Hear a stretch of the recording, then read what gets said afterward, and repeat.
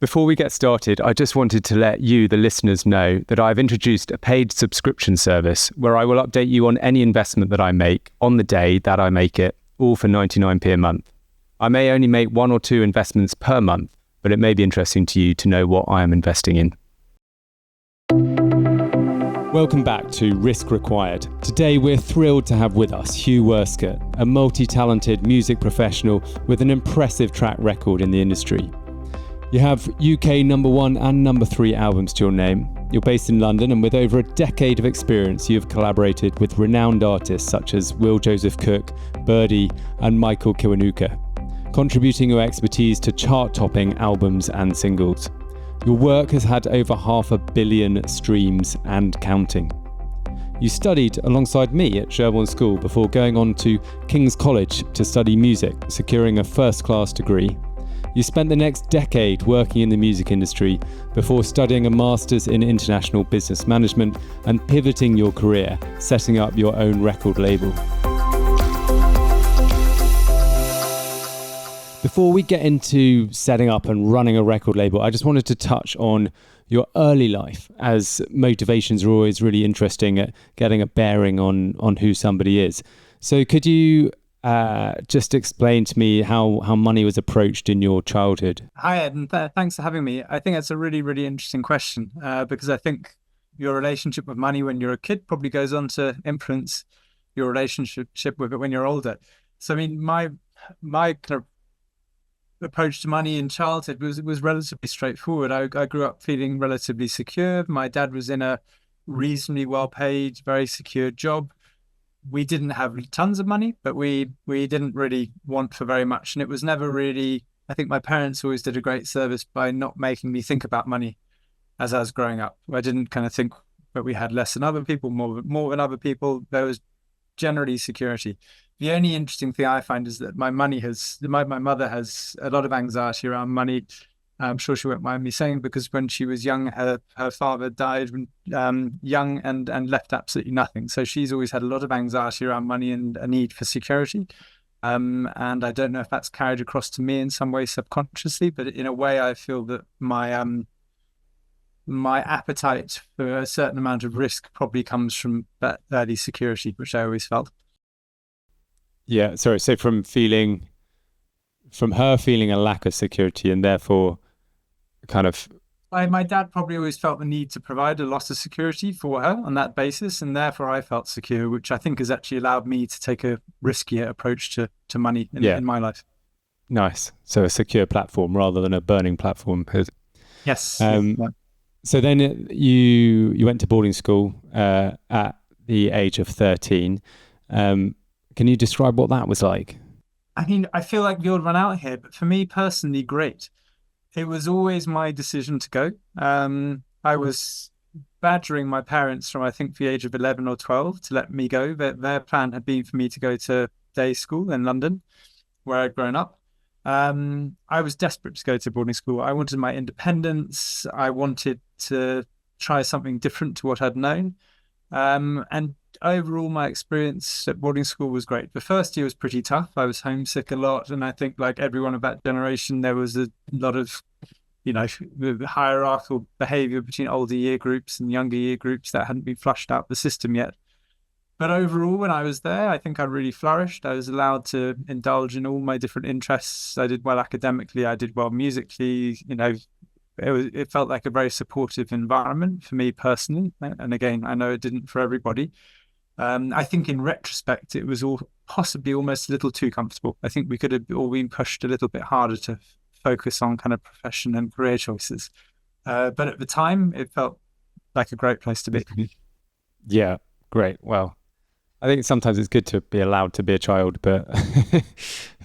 No, certainly. I think it's probably more the last couple of years, and kind of when you start to focus your mind on degrees and kind of how that might lead to careers. I'm not sure it necessarily spelt out to us kind of quite as clearly as it might have been. Yeah, how competitive the world was going to be when we got there. Yeah, but I think it's also generational. I think our generation was probably the first generation entering into what has become like a genuinely global kind of jobs market, and a much, much fatter jobs market as well. We probably had a slight sense of entitlement, I think, coming from that background. So if we fast forward then, so you left school, you got a degree in music, you worked in that industry for 10 years. So the year's 2018. And what are your views on the music industry at this point? Because I remember you coming to see me and looking at options outside of the industry. Yeah, I mean, I think at that point, I remember it quite clearly. I think I was pretty fed up with the whole thing, to be honest. I felt a complete loss of agency, kind of looking back in it. The role I had been in had gone from one where you were ultimately kind of a tastemaker and a decision maker, going into studios with artists, being the creative and technical lead, being, I guess, kind of the commercial liaison between the artist and the record label to deliver records, which, were going to be competitive in the marketplace. And that was certainly true for the first half of my period producing. And then things started to change dramatically, where budgets got smaller, album formats became less important. It became about the single tracks, and producers started to be used by record labels to kind of churn out kind of a very, very large amount of music, just as it became a numbers game. So kind of the aspects of the role which I had really enjoyed, which I guess were a little bit more strategic and a little bit kind of more project management based, they evaporated. So I was becoming quite frustrated. And because the role of a record producer is such a specific thing, like it's a very entrepreneurial kind of role. Like I guess you are in a weird, what would now be called like a content entrepreneur. You're having to kind of run out and secure the budget for things. Often you develop artists, you take them into record labels and kind of convince them to sign it so that they'd pay, for this project which you had in mind and which you thought might be a good one. When all of that started to kind of disappear, generally a feeling of powerlessness and almost like a reduced sense of kind of influence, I guess, which can be quite hard to swallow. So I was in a very kind of frustrated place. Had been in this very, very specific role and was struggling to kind of work out how to turn that into something else and kind of refine my joie de vivre in my work, which has always been incredibly important to me. And I think kind of just zooming out one step further, like the music industry in general can be a fascinating place to observe, but it can be very frustrating to participate in when you lose that kind of agency and that control. So ultimately kind of landing upon the idea of a business to kind of build was hugely motivating and exciting to me, because it meant I could almost establish something on my own terms. I saw it as a way of kind of building moats around myself. So I wasn't subject so much to kind of the whims of other people, and the whims of the marketplace, I guess. Yeah. So is that the point you decided to do a master's? So you'd already decided you were going to set up a business and then did a master's in it, or? No, the two kind of happened simultaneously. I was hedging my bets, I guess. I think most people told me not to do a master's, like most senior industry people, saying you got to do it from a practical point of view. You got to do it from a practical point of view. I do believe a huge amount in the value of practical work. I think it's where you learn everything. At the same time, I'd had my head stuck into such a specific place for a number of years. I decided that actually kind of a master's, and I did it kind of part-time in the background, which was insane. And the only reason I actually managed to complete it in the end was thanks to COVID, I think, and the time that gave me. But it allowed me to take a step back. It kind of freshened my perspective massively, gave me confidence back, I guess, in some skill sets that I hadn't used in a while, and it was really just a refresher. It was a very valuable thing to do alongside starting the business, I think. Okay, so you put a business model together, and then rang me up, and we sat in a pub in Pimlico and went through the figures. At which point I got quite excited because it looked like a really, really good business to be getting into, and I wanted to put all the money in. How were you feeling at that point? Was that excitement, scared? Were you confident in the numbers you were presenting? Yeah, I was. Generally, I felt extremely excited. Like it was, I think people who know me would always say that when I'm fixated on something, like I go for it and block everything out. Like I love to get the bit between my teeth, and it really felt like something to go for and to throw myself into 100%. So I thought the opportunity was exciting. I felt like I was using my knowledge and experience and kind of converting that into something kind of fresh. It wasn't like I was starting kind of totally over without having that experience to draw upon. I saw something fundamentally scalable, something I knew about, I understood. At the same time, it was an industry at a point of flux and a point of change. And I'd, decided that I needed to be putting myself in a position where change was happening to try and take advantage of it. So it was meeting a lot of things in my mind, but putting myself in the best position possible. And then what was exciting for me was then sitting down with you and you being excited about it. You kind of testing my assumptions, I guess, and kind of asking kind of some very hard-headed business questions, making sure that I was certain in what was probably at that point more instinctive, I guess, than analytical. And you encouraged me to be more analytical about it and actually find that, yes, this is what I think it might be. There is kind of potential opportunity here. Yeah. So we had scalable, desirable, unfair advantage because you knew the industry, you'd worked in it for 10 years. Talking about just briefly for people who are completely new to this industry, where the money comes from, how much you get per stream, that kind of thing. Could you just kind of describe what the revenue for a record label looks like? So revenue for record labels predominantly comes from streaming. So that's streaming music from Spotify, Apple Music, Amazon, Deezer, whichever streaming service you use. And each time a track gets streamed, the rights holder, so usually a record label or the artist themselves, receives a micro payment. And depending on the platform, that can be anything between 0.001 pounds and 0.006 or 7 pounds. So there are tiny fractions of sums, but the idea is that you're releasing music which gains millions of streams, tens of millions, and that then multiplies and forms the basis of your revenue. Other revenue streams include things like getting music licensed to TV and film, something called sync. There's radio income. Those are a lot less predictable. They can be quite valuable and quite high earning. But I think what streaming has done for the music industry is it's made revenue to a certain extent much, much more predictable. And that means it's much easier to build a business model and therefore an investment case around a business which holds music rights. Whereas prior to that, CD sales or what have you, you couldn't really predict what your sales would be in week one or how sustained they'd be. It was a lot more finger in the air, let's put it that way. Yeah. So we have streaming, we have sync, we have done some records, right? So the old school. We've done some vinyl. I mean, vinyl, there's a lot in the papers about how the vinyl resurgence, it keeps going up year on year. It still represents a very, very small proportion of income. I mean, there are obviously kind of costs involved in making vinyl. Margins are awful at lower level runs and they gradually get better, but vinyl isn't selling in huge quantities. I think you only need to sell about 5,000 vinyl to get to UK number one at the moment, just to kind of put it in perspective. So vinyl's a nice thing to do. It's diversification of revenue, but it only really works with artists at kind of the medium to larger scale. And it's not something to build an entire business off, I would argue. And then we get some money when a radio station plays, and that's different to sync. Exactly, yeah. So then we get so radio stations in the UK at least have to pay out a certain fee per play to license holders or rights holders rather, and that depends upon audience size, radio station, time of day, all the rest of it. So I think Radio 1 can pay out as much as £60 a play, but it can also be a lot less than that as well.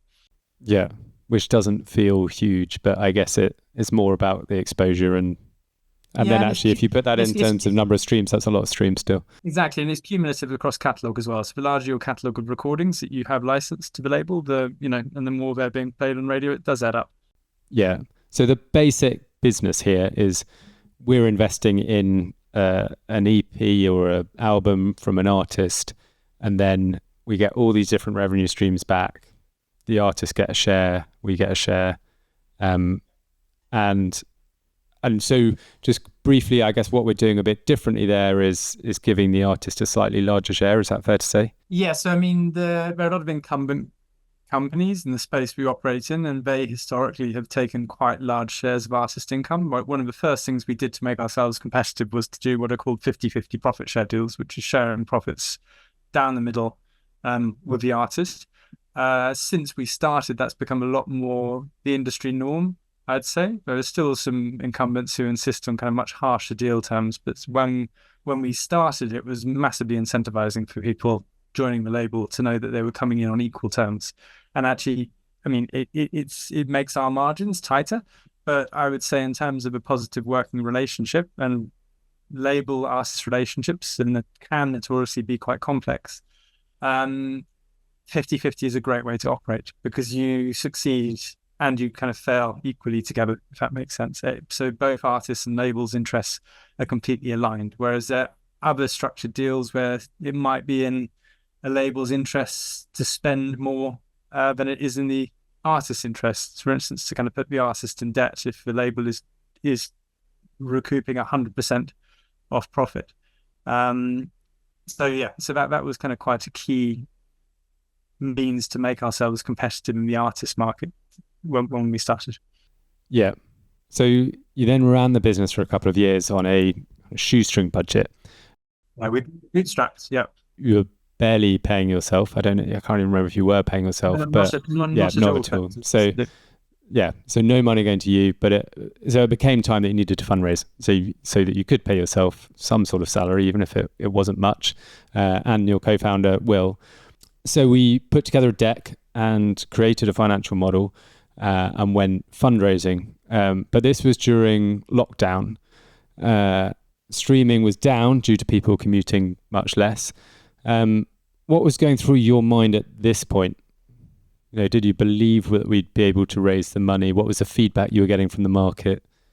I think it was really interesting because that whole of the first lockdown, which is when we actually did this, or did most of the work for it, was just such a crazy time. I think you look back at it and you forget kind of what a shock it was, how much the world was turned on its head. I spent 16 weeks by myself in lockdown in total isolation in my little London flat. Which is probably enough to make anyone go mad. But weirdly, I think it was actually probably what made the fundraise happen in many ways.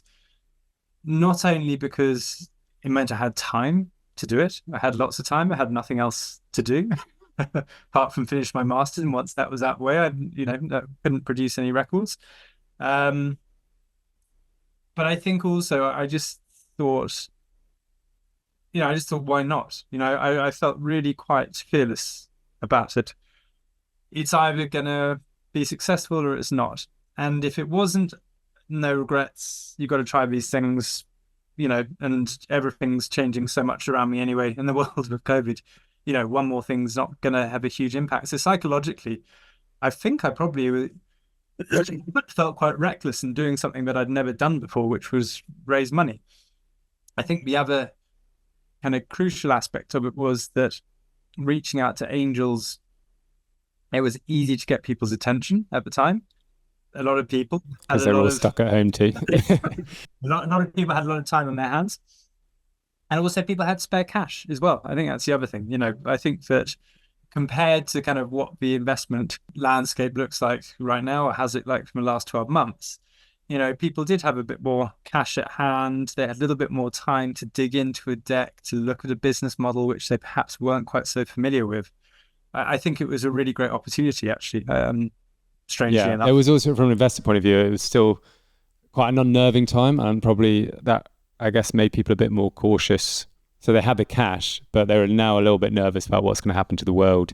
At the same time, though, all the narrative at the time, though, was that anything digital, was the future, and COVID would be accelerating that. And we all kind of felt that, I think we were all sat at home using. Yeah, Zoom share price was booming, and. Yeah, exactly. And look at them now. Yeah. But so I think there are lots of things which kind of played to our advantage during that period. I mean, the fact that we'd also bootstrapped for 2 years, I think, was massively important. Like, I don't think I would have had the same credibility as a co-founder looking for investment if we had done that kind of initially upon launch. Well, yeah, you had some track record to point to. You had some streams, some data. Yeah, we had stuff was working. We had revenue from day one, which was crucial. At the same time, the company wasn't so mature that we couldn't also tell a great story. Like, I think there's kind of a really interesting point in the cycle where actually everyone is only concentrating on the metrics and nothing else. And actually, before you've even launched, if there's just a story, then that's a really interesting and different way to sell it as well. And we were kind of halfway in between those two things. With the metrics, selling a dream with a bit of track record to back it up, but we can still sell a dream because we've not been going 10 years or whatever. Yeah. Exactly. So just a kind of quick explainer then on that. We created a financial model. So in doing that, we put in our expected costs and revenues for the next 5 years. Then at the 5-year point, we took a multiple of the EBITDA, the earning before interest, tax, depreciation, and amortization. So that would be effectively our sale value of the company.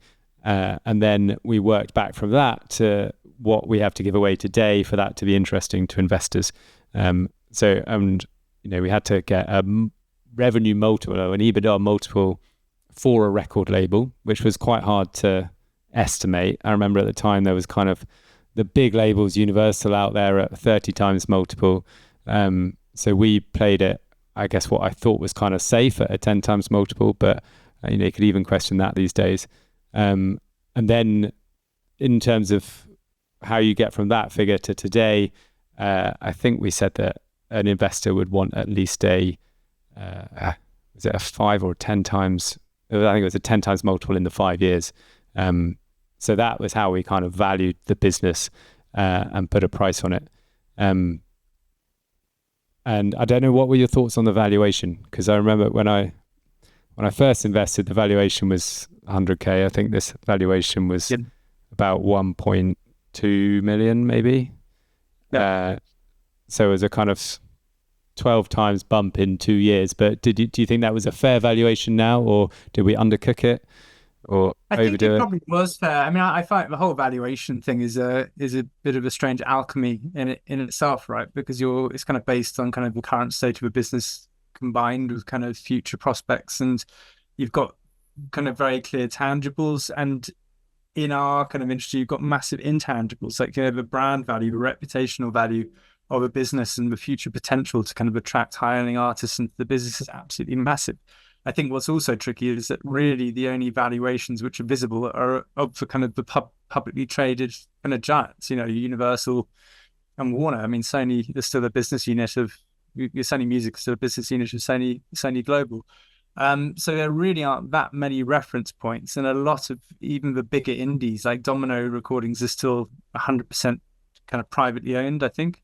And generally these businesses stay kind of as alternative investments on the private market. So it's very hard to have any kind of visibility and very hard to come up with kind of a concrete reference point. But I think by and large, I think it probably was fair at that time, and on the basis of kind of future prospects as well, and kind of what we saw the opportunities as being. Yeah, and I guess the model didn't have a hit in it, so this was a kind of base level, and then if we got hit, it was all out the water, and it's like winning the lottery, I think. Well, that's it, right? So totally. We always were trying to model the business. I mean, because you're trying to kind of bridge that gap between kind of the finger in the air industry, which is going after the hits. The traditional number is 1 in 10 at major record labels, possibly kind of lower chances these days.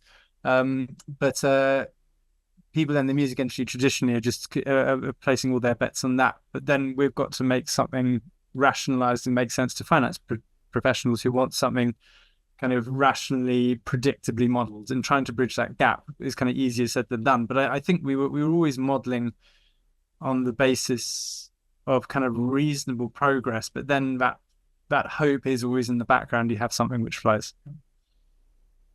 Yeah. So then fast forward a couple of years, the targets we set at that fundraise seem a little ambitious, but we managed to do another raise at a higher valuation. And I remember the discussions here were always about how fast do we go and how fast do we grow? Because we could put all the money in, but we didn't have a lot of visibility where the next lot of money was going to come from. So we could hire lots of people and go fast, or you can kind of batten down the hatches and go slow, but then your chances of going faster on the revenue side are a lot lower. So where do you think we struck that balance, and do you think we got it right? Really good question. I spent a lot of time thinking about this one, actually. So I think we could have done first hires a little bit sooner, and I was kind of scared of still the scariest thing is the end of each month watching salaries go out the bank account. It's kind of I'm always sat in the bank account and sending the money off to people, and it's increasingly large figures going out, which is always scary. But I was possibly a little bit too reticent in terms of first hires. When we finally did them, actually it wasn't so much for financial implications or kind of the fact that we were growing. It was actually for my own sanity, having other people to take some of the workload off me at that point, because I was still doing absolutely everything. That was really, really crucial just for my development, I guess, and my ability to focus on different aspects of a business, take a step back. Having said that, I don't think I would now very, very strongly argue that money is a solution to very little in this game. Of course, we have to pay our overheads. We've got to pay, the team's salaries. We've got, costs to cover relating to releases. But I think what we have seen time and time again is that investing more money into artists alone is not the route necessarily to success. You can, some of our most expensive campaigns have produced some of the lower returns. And then, one of our cheapest campaigns, well, I think we invested all of £1,000 into an EP, has probably generated 400,000, £500,000 in return. And actually the thing which created that value was kind of graft, being smart and finding the right thing at the right time. Just to clarify though, when you say 400,000, £500,000, you mean streams or pounds? It's pounds. Pounds. Well, yeah. So that, I guess, is the kind of thing that we're kind of waiting for. It will happen at some point, but you just never know when. Again, exactly. So really, if we went and raised 5 million tomorrow and hired a team of 10, it probably would make a degree of difference, but would it be enough to justify kind of that level of dilution and that amount of investment? Potentially not. And I kind of think that time in the game, once you've got the right sized and the right quality team in place, is probably as important as anything, which is quite an odd model in a way. The traditional label model is to keep actually your core team, your staff, as kind of as small as you can. And if you can't find anything good to sign, you don't sign for signing's sake. You kind of wait till you've got the right thing to sign on the basis that you learn much, much better off it. So it's a weird, slightly counterintuitive model in some ways. So kind of zooming out a bit now. So Spotify, they're currently giving about half the money for a stream than they were when we started the business. And it's getting harder and harder to break an artist through on Spotify. What do you think needs to change in the industry for labels to survive? It seems like quite a difficult environment at the moment. They're all kind of macro trends, really. So as you say, kind of the pay per stream rate from Spotify is currently at an all-time low. It fluctuates dramatically, and there's seasonality applies to that as well. But, it seems subscription prices going up recently. That hasn't worked its way through to rights holders yet. So there's a lot of flux going on where, to be honest, it's incredibly hard to kind of predict kind of the direction of travel or kind of the extent to which things kind of, will improve, and they will improve from where we're at right now. I think the fundamental issues, there's a very, very fragmented marketplace for consumption. So consumers are generally experiencing culture in kind of personalized feeds in their phones. And I think from a business point of view, that makes it very, very hard to reach people collectively en masse. The benefit of mass media, and mass media has plenty of flaws too. The benefit of mass media is you can reach millions, tens of millions of people through a single channel. So if as the rights holder you have access to that channel, or you convince that channel that you have something worthwhile, you can reach a lot of people very, very fast. Whereas through kind of feeds on people's phones, all of which are managed algorithmically, and those algorithms are black box, like they're, the companies who own and run them do not share how they work for commercial reasons.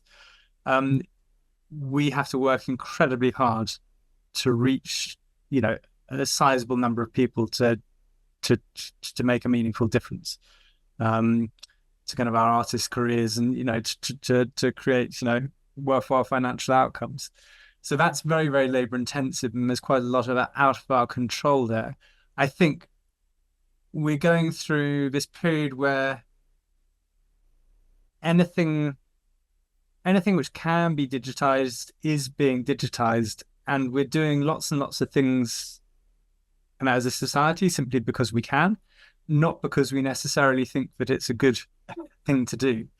And I'm sure that kind of as markets evolve, as culture evolves, as societies evolve, we'll start asking more and more questions about how we want these things to happen. Like, I'm convinced that much higher levels of regulation are coming down the road, and I think that all the concerns around AI, to be honest, are only going to heighten those concerns and speed kind of politicians and lawmakers up in some of those processes. The EU's being quite aggressive in some areas and that stuff already, which is a positive in some ways, but also causing problems in others.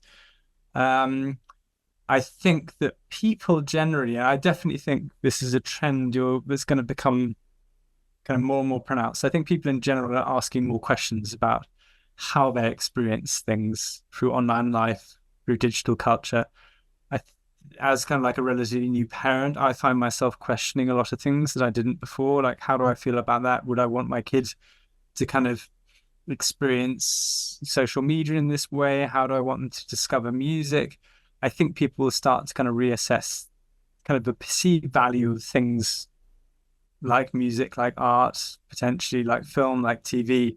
And I think kind of in the old market order will probably weirdly reassert itself. I was reading about Netflix the other day, and how Netflix, having kind of undercut the whole of the TV market, is suddenly imposing kind of contracts on showrunners, which are very, very similar to what networks did previously, where showrunners aren't allowed to run shows, numerous shows at once. They have to deliver things within certain time periods to keep the flow of content going through Netflix.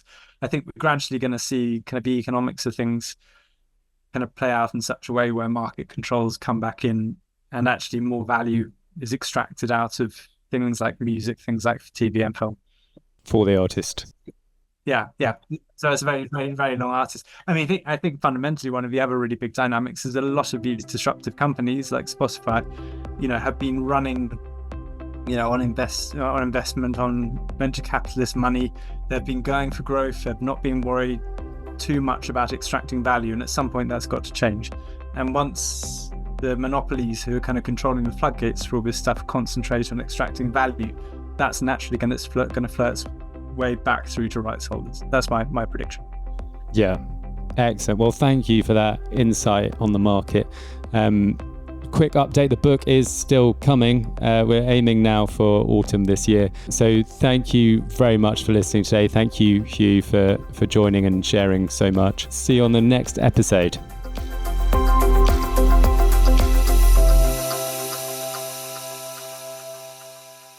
The information and opinions in this podcast are provided for informational and educational purposes only and do not constitute financial advice. The presenter, production, and publisher are not responsible or liable for any analysis made by the audience based on the information in this recording. No parties warrant or guarantee the accuracy or completeness of any information. Audiences should always do their own research or consult an independent financial advisor who will advise based on the individual's specific circumstances.